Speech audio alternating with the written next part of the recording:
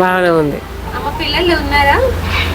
లేనట్టే ఇక ఒకటి బిడ్డ, ఇద్దరు అబ్బాయిలు, కొడుకు చిన్నోడు పోయిండు, చనిపోయిండు. ఎందుకు ఇంట్లో నుంచి వచ్చేసే పరిస్థితులు ఏమైనా వచ్చాయా? చెప్పదులే, అసలు అలాంటి పరిస్థితులు వచ్చాయా? ఏం లేదు, బాగానే చూసుకుంటారు వాళ్ళు కూడా. బాగానే చూసుకుంటే మరి ఎందుకు? బాగానే చూసుకుంటారు కానీ మాకు ఇప్పుడు సంధి ఎందుకు వాళ్ళ మీద భారం ఎందుకు పడాలి? నమస్తే అమ్మా. నమస్తే. మీ పేరు? నా పేరు లక్ష్మి అండి.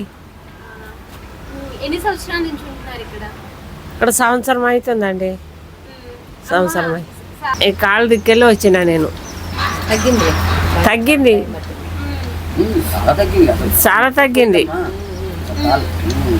3 ఏళ్ళు తీసేసిండ్రు గాంధీలో.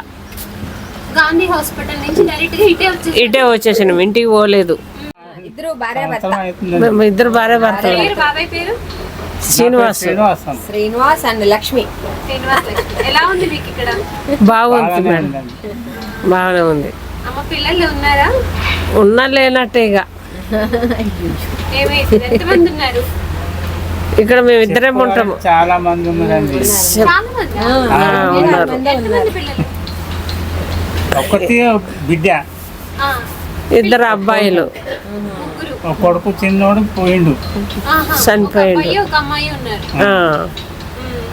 ఇక పోతే 9 మంది ఉన్నారు.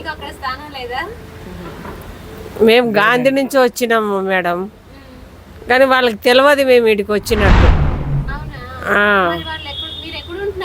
మాది మేడ్చల్. మీరు ఎక్కడున్నారని అనుకుంటున్నారు ఇంట్లో వాళ్ళు? ఎక్కడున్నారు అంటే వాళ్ళకి తెలియదు, మేము చెప్తలేము. ఎందుకు ఇంట్లో నుంచి వచ్చేసే పరిస్థితులు ఏమైనా వచ్చాయా? చెప్పదులే, అసలు అలాంటి పరిస్థితులు వచ్చాయా? ఏం లేదు, బాగానే చూసుకుంటారు వాళ్ళు కూడా. బాగానే చూసుకుంటే మరి ఎందుకు? బాగానే చూసుకుంటారు కానీ మాకు ఇప్పుడు సంధి ఎందుకు వాళ్ళ మీద భారం ఎందుకు పడాలి? అట్లా పిల్లలు కదా, భారం ఏం లేదు, చూడాలి కదా. వాళ్ళు బతికేది కష్టం కానీ ఇక ఫోన్లో చూసుకున్నాం. ఫోన్లో చూసారా? అట్లా మరి మీరు రాగానే మేడం గారు ఎలా స్పందించారు? బాగానే చూసుకుంటున్నాం. డబ్బులు కడుతున్నారా? ఏం లేదు, అంతా బాగానే ఉంది. మాకు బాగానే ఉంది, మేడం బాగానే చూసుకుంటుంది. మాకేమి ఇబ్బంది లేదు. రావచ్చు.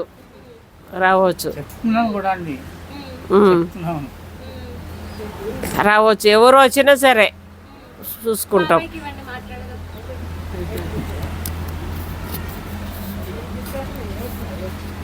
నమస్తే బాబాయ్.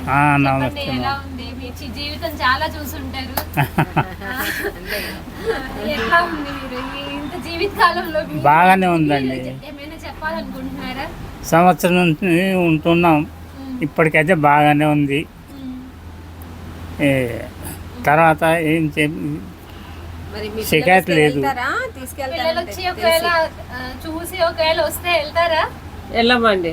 వెళ్దాం.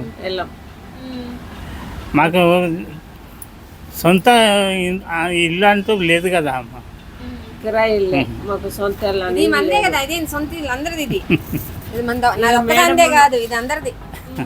ఫస్ట్ మేడం బాగా చూసుకున్నాక మేము ఇంటికి ఎందుకు వెళ్ళాలి మేడం? ఇదంతా అందరు, నాకేం లేదనుకోదు, అంతా మందే.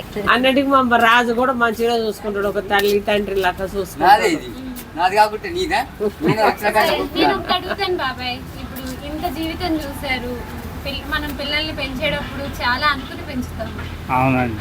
అసలు మనకేంటి ఇంకా అన్న ఉద్దేశంతో, కానీ ఓకే మీరు పరిస్థితులు ఏ పరిస్థితుల్లో ఇక్కడికి వచ్చారు, గాంధీ హాస్పిటల్ నుంచి డైరెక్ట్గా ఇక్కడికి వచ్చాము అంటున్నారు, కానీ మీరు ఏదో ఒక కారణం, బలమైన కారణం లేకుండా ఇక్కడ వరకు వచ్చారని మేము అనుకోము. సో మీరు ఇప్పుడు కొత్తగా తల్లిదండ్రులు అయ్యి వాళ్ళకి మీరేమైనా చెప్పాలనుకుంటున్నారా?